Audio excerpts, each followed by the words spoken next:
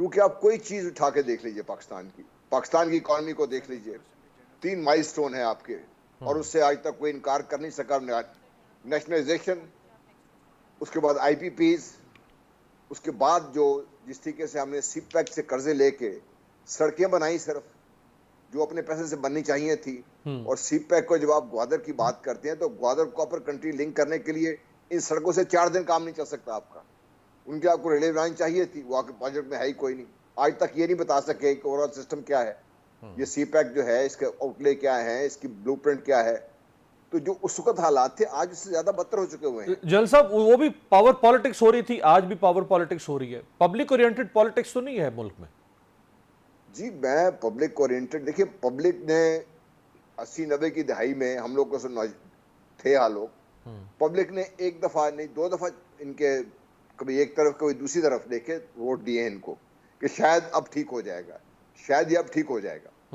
لیکن وہ ٹھیک ہونے کے بجائے میں محترم نواز شریف صاحب کے بارے میں آپ سے بھی کہتا ہوں، جب پچھلی دفعہ یہ ایک مہم پہ نکلے تھے کہ مجھے کیوں نکالا، اگر آپ کو یاد ہو تو نے ایک دفعہ ایک کمنٹ پاس کیا تھا جو مجھے آئی بس went to state of shock کہ یہ شخص چیف منسٹر رہا ہو پروونس کا، وزیر خزانہ رہا ہو، اور تیسری دفعہ کا وزیر اعظم، 3 دفعہ وزیر اعظم رہا ہو، وہ کہہ رہا ہے کہ مجھے تو پتہ ہی نہیں تھا کہ ہمارے جو قوانین نظام عدل میں کیا خامیاں، ورنہ میں اس کو دور کر دیتا. آپ پبلک کی جو انٹرسٹ ہے آپ کے سامنے نظر آتا ہے نا آپ کو. اس سے بالکل پبلک کا انٹرسٹ تو کچھ اور تھا. پبلک کا انٹرسٹ تو تھا کہ آپ تعلیمی بہتر کریں، پبلک کا انٹرسٹ تھا کہ آپ صحت کے معاملات بہتر کریں، پبلک کا انٹرسٹ یہ تھا کہ آپ جاب اپرچونٹیز کریٹ کریں. آپ اپنا پیسہ اپنی اولاد لے کے باہر چلے گئے، پیسہ باہر ہے آپ کا، اولاد آپ کی باہر ہے. تو جنرل صاحب اب جس طرح انہیں کوئک ریلیف یا کوئک جسٹس ابھی ملا ہے، آج پھر ان کو ایک اور انصاف کا ایک نیا ان کے لیے پیمانہ بن چکا ہے کہ وہ ان کی اپیلیں جو ہیں سزا کے خلاف وہ بحال ہو گئی ہیں اور اب وہ بہت جلد بری ہو سکتے ہیں ان الزامات سے. اب تو وہ بالکل بھی یہ ریئلائز نہیں کریں گے کہ عام آدمی کو کیسے تکلیف ہوتی ہے جو سالوں سے، اور سپریم کورٹ سے فیصلہ آتا ہے کہ 35 سال کے بعد سپریم کورٹ نے، آج یہ خبر آئی کہ 35 سال کے بعد سپریم کورٹ نے بھانجے کو انصاف دلوایا ہے ماموں سے کسی کیس میں، اور میاں صاحب کو 35 دنوں سے پہلے انصاف مل رہا ہے. دیکھیے آپ خود اب مجھے بتائیے کہ جب آپ کا نظام عدل، آپ اللہ تعالیٰ کے بعد تو ہم انہی پہ بھروسہ ہے نا کہ یہ ہمارے لیے انصاف کریں گے، جب وہاں پہ یہ حالت ہو وہ تو آپ کے سامنے ہے. جی مجھے بھی ان کی جو پچھلی حکومت تھی، آپ کو یاد ہے پنجاب میں لاہور میں دن دہاڑے شام کو 5 بجے قریب ایک نوجوان سیاستدان کا بیٹا تھا، اس نے ایک بچے کو گولی مار دی وہاں پہ، وہ بچہ فوت ہو گیا. اس وقت کے وزیر اعلیٰ شہباز شریف صاحب سب لوگ گئے ان کے گھر، جی ہم یہ کر دیں گے، انصاف دلائیں گے. اس بچے کی ماں نے سپریم کورٹ میں کھڑے ہو کر کہا جی میں یہ کیس واپس لے رہی ہوں. وجہ کیا ہے کہ میری جوان بچیاں ہیں، ملزمان مجھے دھمکا رہے ہیں، میں اپنی بچیوں کو، بچہ تو میں نے کھو دیا ہے، میری بچیوں کے ساتھ زیادتی نہ ہو. اور سپریم کورٹ چپ کر کے سنتی رہی. اس خاتون کو اپنا کیس واپس لینے کا اختیار دے دیا گیا انہوں سے. آپ اسی سپریم کورٹ میں ہیں نا جن لوگوں کو پھانسی چڑھ چکی ہے، اس بعد میں بری ہوتے ہیں، پھانسی کے بعد بری ہوتے ہیں لوگ. جی بدقسمتی ہے یہ. آپ بتائیے مجھے اب جب نظام عدل کا یہ حال ہے اب آگے کیسے چلیں گے، آپ مجھے بتائیں. رائٹ. امتیاز گل صاحب، میاں صاحب کو لکھا جا سکتا ہے مستقبل کا وزیر اعظم آج کے بعد؟ دیکھیں امیر، اب یہ باتیں ساری ایرریلیونٹ ہیں کہ وہ مستقبل کے وزیر اعظم ہیں یا نہیں. دراصل جو ہم اتنے عرصے سے پاکستان میں کر رہے تھے کہ یہاں پہ ایک اسٹیبلشمنٹ ہے، اور اسٹیبلشمنٹ سے مراد لی جاتی تھی صرف فوج، جنرل ہیڈ کوارٹر. ابھی دراصل نواز شریف، آصف زرداری، شہباز شریف، یہ سارے اسٹیبلشمنٹ کا حصہ بن گئے ہیں. یہ خود بذات خود اب اسٹیبلشمنٹ ہیں، سویلین اسٹیبلشمنٹ ہیں، جو کہ ملٹری اسٹیبلشمنٹ کے لیے ایک کور کا کام کر رہی ہے. آپ نے دیکھا جو 15-16 مہینے جس طرح انہوں نے حکومت کی، جتنی چاپلوسی کی دونوں بڑی جماعتوں نے مل کے. تو اس لیے کیونکہ یہ کہتے ہیں کہ ہم حکمران گھرانا ہے، تو اسی شریف گھرانے میں سے کوئی وزیر اعظم نکلے گا، اسی بھٹو یا زرداری گھرانے میں سے ایک وزیر اعظم نکلے گا. تو میرا خیال ہے ہمیں بالکل آنکھیں دماغ بند کر کے اپنی قبول کر لینا چاہیے کہ ہم ان کی غلامی کے لیے، ان کے لیے تالیاں بجانے کے لیے یہ ملک بنا ہوا ہے. اور یہ اوکے تھینک یو. جی جی امتیاز صاحب. جی میں بس میری بات ختم ہوگی کہ بنیادی طور پہ وزیر اعظم ہیں یا نہیں ہیں، پاکستان کے فیصلے، پاکستان کی معیشت کے سیاسی فیصلے انہی کے ذریعے ہوں گے، چاہے یہ خود کریں چاہے ان کو لانے والے کریں. تو یہی اسٹیبلشمنٹ کا چہرہ ہے. امتیاز صاحب، پیپلز پارٹی کہہ رہی ہے کہ تحریک انصاف اگر الیکشن میں نہیں ہوگی تو الیکشن شفاف نہیں ہوں گے. تحریک انصاف ویسے خاموش ہے، پیپلز پارٹی عدم اعتماد کا اظہار کر چکی ہے میاں صاحب کے اوپر اور الیکشنئرنگ پروسیس کے اوپر. میاں صاحب بھی کی بڑی معنی خیز خاموشی ہے، کچھ بات نہیں کر رہے آنے والے الیکشن کی تاریخ کے اوپر. تو الیکشن کنفرم ہے، ہوگا نہیں ہوگا یہ تو نظر آ رہا ہے کہ میاں صاحب ہی سامنے آ رہے ہیں الیکشن کے نتیجے کے طور پہ، لیکن الیکشن ہوگا نہیں ہوگا کب ہوگا؟ دیکھیے الیکشن ابھی صرف ایک فارمیلٹی ہے. میں گزشتہ چند دنوں کے دوران کچھ مغربی سفارتکاروں سے ملا تو وہ بھی یہی پوچھ رہے تھے کہ الیکشن ہوگا کہ نہیں ہوگا. میں نے کہا الیکشن تو ہو جائے گا کسی وقت، لیکن آپ خود مجھے بتائیں، آپ جمہوری ممالک سے تعلق رکھتے ہیں، کہ موجودہ حالات میں کیا جو بھی الیکشن ہوگا کیا آپ اس کو قبول کریں گے ایک جمہوری پروسیس کے طور پہ؟ جواب کسی کے پاس نہیں ہے. ساتھ ہی پھر میں نے کہا کہ امریکہ سرکار چونکہ خاموش ہے اس لیے آپ لوگ بھی خاموش ہیں. تو بس مجھے جواب میں مسکراہٹ ملی ہے، جواب کچھ نہیں ملا. تو لبے لباب یہ ہے کہ جب تک واشنگٹن موجودہ نظام سے خوش ہوگا، اس کے تحت جس قسم کے بھی الیکشن جب بھی ہوگے سب خوش ہوں گے. ہمیں آپ کو کوئی فرق نہیں پڑے گا. یہ جو ہے مزید انٹرنچ ہو جائیں گے اس نظام کے اندر، ان کی مزید شاید جائیدادیں بھی بڑھ جائیں گی. لہٰذا اس فکر کو چھوڑ دیں کہ الیکشن کب ہوں گے. الیکشن ہو جائیں گے، ضرور ہوں گے. وہ ٹائمنگ کے حساب سے انہوں نے اپنا خود فیصلہ کرنا ہے. البتہ اگر فوری طور پہ جب تک پی ٹی آئی کو مکمل پلینگ فیلڈ، کھلا میدان نہیں دیا جاتا، جب تک اس کے تمام لوگوں کے خلاف مقدمے ختم نہیں ہوتے، جیسے کل ہی اشتہاری قرار دیا گیا 10 رہنماؤں کو، تو اس صورت میں الیکشن ہو نہ ہو کسی کو کیا فرق پڑتا ہے. یہ تو وہ بلکہ آج کل ایک میم بھی چل رہی ہے واٹس ایپ پہ کہ یہ واحد ملک ہے کہ جس میں پتہ نہیں کہ الیکشن کب ہوگا، لیکن اتنا پتہ ہے کہ اس کا رزلٹ کیا ہوگا. بہت بہت شکریہ جنرل ریٹائرڈ غلام مصطفیٰ صاحب اور امتیاز گل صاحب ہمارے ساتھ تھے. ایک بریک پہ جاتے ہیں، بریک سے واپسی پہ استحکام پاکستان پارٹی کے رہنما ہمارے ساتھ ہوں گے. جانیں گے کہ آئی پی پی انتخابات میں تاخیر پر کیا موقف رکھتی ہے.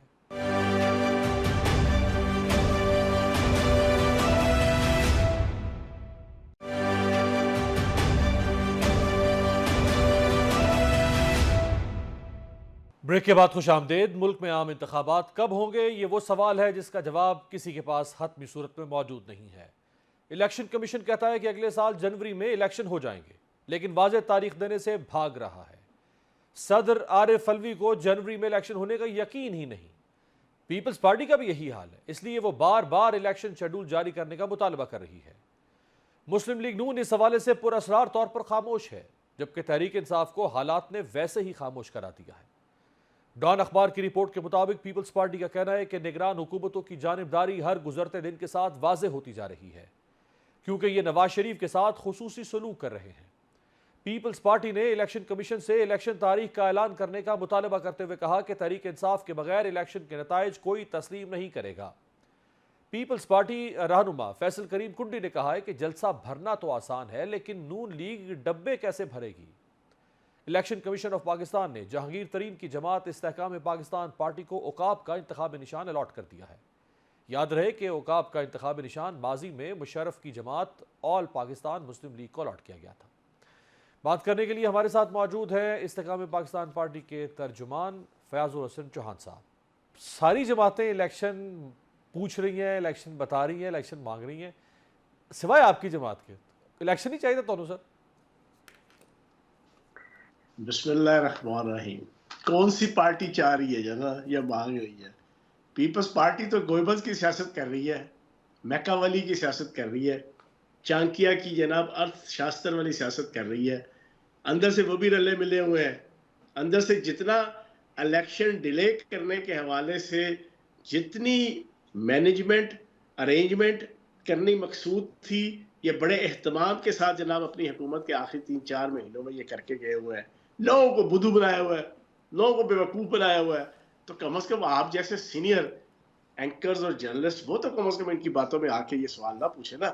اور باقی نون لیگ کیڑا منگل لگی ہوئی ہے. تے جے یو آئی فضل الرحمان تے صاف کہہ دیے کہ بھائی جان سردیاں وچ الیکشن ہونے نہیں چاہیے. تو جناب آپ کی اطلاع کے لیے عرض ہے یہاں پر کوئی بھی الیکشن نہیں مان رہا, لیکن میں ذاتی طور پہ جو سمجھتا ہوں, جو میری ایک ذاتی رائے ہے بینگ اے پولیٹیکل کارکن, کہ اس وقت کا جو آپ کا الیکشن ہے نا, وہ میں سمجھتا ہوں کہ پاکستان کو فائدہ کم اور نقصان زیادہ دے گا. اب آپ کہیں گے کیوں؟ اتنی پولرائزیشن امیر صاحب پھیلا دی گئی ہے پاکستان کی پالیٹکس میں پچھلے 10 سالوں میں, جس میں بنیادی کردار چیئرمین تحریک انصاف کا ہے, اور پھر اسپیشلی آخری یہ جو 1.25 سال کی تحریک فساد فی الارض مچائی گئی, اس کی صورت میں میری ذاتی رائے میں پاکستان کی اکانومی کی طرف توجہ دینی چاہیے سب سے پہلے. اور اس میں جو سعودی عرب اور خلیجی ممالک کی طرف سے جو 50-60 ارب ڈالر سے لے کے 100 ارب ڈالر, نومبر اور دسمبر کے اندر یہ چیزیں امپلیمنٹ ہونا شروع ہوں گی. یہ جو سعودی عرب اور خلیجی ممالک کے ساتھ معاملات طے ہوئے ہیں, اگر تو یہ ہو گئے نومبر یا دسمبر میں, یہ پیسے آنا شروع ہو گئے, اور وہ جو ریہیبلیٹیشن کا پاکستان کی اکانومی, زراعت, صنعت, تجارت کی ریہیبلیٹیشن کا جو ایک پورا پروگرام لانچ کیا ہے چیف آف آرمی سٹاف کی سپرویژن میں, اگر تو وہ سٹارٹ ہو گیا تو مجھے تو الیکشن نظر نہیں آتا اس پاکستان میں. اچھا, 2 سال تا دم مرگ, یہ میری ذاتی رائے ہے. تا وقت کب تک نظر نہیں آتے؟ جب تک پاکستان, دیکھیں پاکستان تو دیوالیہ ہوا ہے, پاکستان کی اکانومی تو بالکل شیر افضل مروت کے بقول بڑھ گئی ہے, ٹھیک ہے نا. تو اب اس کو اپنے پاؤں پہ کھڑا کرنا ہے. یہ الیکشن آپ نے کرایا, پی ٹی آئی جیتی, نون لیگ نے نہیں ماننا, نون لیگ جیتی, پی ٹی آئی نے نہیں ماننا, آئی پی پی جیتی, پی ٹی آئی نے نہیں ماننا. یہ بتائیں کہ وہ شیر افضل مروت کے بقول پاکستان کی معیشت تو بڑھ گئی ہے, اب شیر افضل مروت کی پارٹی بچ گئی ہے جس کو آپ سب نے چھوڑ دیا؟ نہیں, اس کو تو جناب چیئرمین تحریک صاحب نے خود مار دیا نا. وہ تو اپنے ڈی کی طرف گول کر کے خود مار دیا 9 مئی کو. اس میں ہمارا بیچارہ کیا قصور, ہم تو 17 سال سے لگے ہوئے تھے. ہم نے ریاست کے ساتھ وفا کرنی ہے. جب ریاست کو داؤ پہ لگا دیا جائے اور آپ کو احساس ہو جائے, جیسے تیسے بھی ہو, بر وقت ہو, دیر سے ہو, سویر سے ہو, جب آپ کو احساس ہو جائے اور ساری دنیا کو پتہ چلنا شروع ہو جائے کہ جناب یہ ریاست داؤ پہ لگ گئی ہے اس ایکٹیویٹی کی وجہ سے, اس ایکٹ کی وجہ سے, اس گروہ کی وجہ سے, اس شخصیت کی وجہ سے, اس لیڈرشپ کی وجہ سے, تو جناب پھر اچھا یہ فرمائیں, ریاست کی جاتی ہے. یہ فرمائیں کہ اس ملک کو نون لیگ اور پیپلز پارٹی نے زیادہ نقصان پہنچایا یا پی ٹی آئی نے زیادہ نقصان پہنچایا؟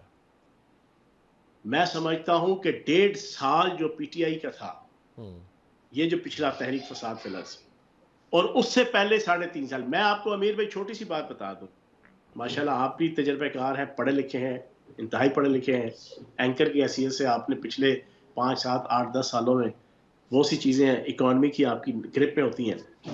میں ایک سیاسی کارکن اور ایک چھوٹا سا اکنامکس کا اسٹوڈنٹ ہونے کے ناطے سے آپ کی اطلاع کے لیے عرض ہے, شوکت ترین اور عمر ایوب صاحب, ان کی پریس کانفرنس کا ویڈیو کلپ جا بجا سوشل میڈیا پہ پڑا ہوا ہے آج سے کچھ ماہ پہلے کا, جس میں برملا وہ اعتراف کر رہے ہیں کہ جناب مانتے ہیں کہ ہم نے پاکستان کے اوپر جتنا قرضہ اس وقت ہے اس کا 76% ہم نے لیا ہے. لیکن انہوں نے تھوڑا سا جھوٹ بولا, 76% نہیں, انہوں نے 80%. پاکستان کے 76 سالوں میں 100 روپیہ اگر قرضہ لیا گیا 14 اگست 1947 سے لے کے آج 26 تاریخ تک اگر سپوز, تو اس میں سے 80% صرف 3.5 سالوں میں لیا گیا ہے. جناب والا یہ چھوٹی بات نہیں ہے, یہ آسان بات نہیں ہے. نہیں چوہان صاحب, یہ دیوالیہ پاکستان, میری پوری بات سن لو امیر بھائی, پوری بات سن لو. جناب والا 3.5 سالوں میں ٹوٹل قرضے کا 80% ملک دیوالیہ ہو گیا. جناب والا پاکستان کی 76 سال کی تاریخ میں سب سے زیادہ بجلی کا سرکولر ڈیٹ. جناب والا پاکستان کی ہسٹری میں سب سے زیادہ گیس کا سرکولر ڈیٹ. ہم کیا بات کر رہے ہیں, یہ تو اس 3.5 سال کا ہے جس میں یہ سارے معاملات ثبوتلی چل رہے تھے. جو بیڑا کر 1.5 سال میں, پچھلے سال اپریل سے مئی تک تحریک فساد فی الارض کے اندر پاکستان کی اکانومی کا ہوا ہے, وہ تو اس سے علیحدہ ہے. اچھا یہ فرمائیں کہ سر آپ کو میں ادا کروں تو آپ حیران رہ جائیں گے. یہ فرمائیں کہ نواز شریف صاحب ملک کے 24ویں وزیر اعظم بن رہے ہیں. جناب والا میرے کاغذوں میں تو شہباز شریف صاحب سب سے سوٹیبل کینڈیڈیٹ ہے نون لیگ کی طرف سے, اگر کوئی نون لیگ کی طرف سے وزیر اعظم بنا تو. یعنی حکومت تو پر نون لیگ کی آئی نا, وزیر اعظم چلے شہباز ہوں نواز اگر ہوں. نون لیگ کی حکومت بنی, اگر دیکھو میں ایک بات کروں, آپ نے کوشچن پوچھا نواز شریف, کیونکہ آج کل بڑا پچھلے 10 دنوں سے ایک ٹیمپو بنا ہوا ہے, ہر کوئی کہتا ہے یہ نواز شریف آ رہا ہے, وہ نواز شریف ٹیمپو آ رہا بنا دیا گیا ہے, وہ ٹیمپو بنا نہیں ہے نا, ٹیمپو نہ بنایا جاتا تو نہ بنتا. سنیں بھائی جان, میری راول پنڈی کا کنسٹیچوئنسی ہے, وہاں کی جمپل ہے, وہاں کا پولیٹیشین ہوں. میری انفارمیشن کے مطابق نواز شریف صاحب اس صورت میں سیاسی جنت سے ہمکنار ہو سکتے ہیں اگر وہ اگلے 3-4 مہینوں سے لے کے 5 سال اگر ان کی پارٹی اقتدار میں آتی ہے, اس میں بندے کے پتر بن کے رہیں گے. اس کا مطلب کیا ہے, لاڈلا بن کے آ رہے ہیں, وہ کیا کریں لاڈلا ایسا. بن کے آ رہے ہیں. سنیں ایک بڑا امپورٹنٹ چیز کہنے لگا ہوں, لاڈلا بن کے آ رہے ہیں, اگر لاڈلے ہی رہے, دلہ بھٹی اور بھگت سنگھ بننے کی کوشش نہ کی, صحیح, تو پھر تو معاملات ٹھیک ہیں. پھر لاٹ اٹھانے والے پیچھے ہٹ جائیں گے. نہیں تو پھر سیاسی جہنم ہے.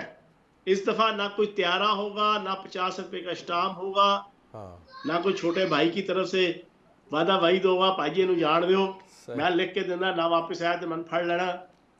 تو نہ کوئی پلیٹلیٹس اوپر ہوں گے نہ نیچے ہوں گے. کوکلا چھپاکی جمعرات آئے گی, جیڑا آگے پیچھے دیکھے اسی شامت آئے گی. اس دفعہ اگر خدا نہ خواستہ پرانا نواز شریف, اوریجنل نواز شریف, گوال منڈی کا نواز شریف, وہ کوئی باہر نکل کے آیا, بھائی جان چراغاں روشنی نہیں رہنے کی. بہت بہت شکریہ فیاض الاسد چوہان صاحب, استحکام پاکستان پارٹی کے رہنما ہمارے ساتھ موجود تھے. ایک بریک پہ جاتے ہیں, بریک سے واپسی پہ بات کریں گے پی آئی اے کا زوال, اور پی آئی اے نے ایمریٹس اور مالٹا ایئر لائن جیسی ایئر لائنز کو کیسے کھڑا کیا. بریک کے بعد.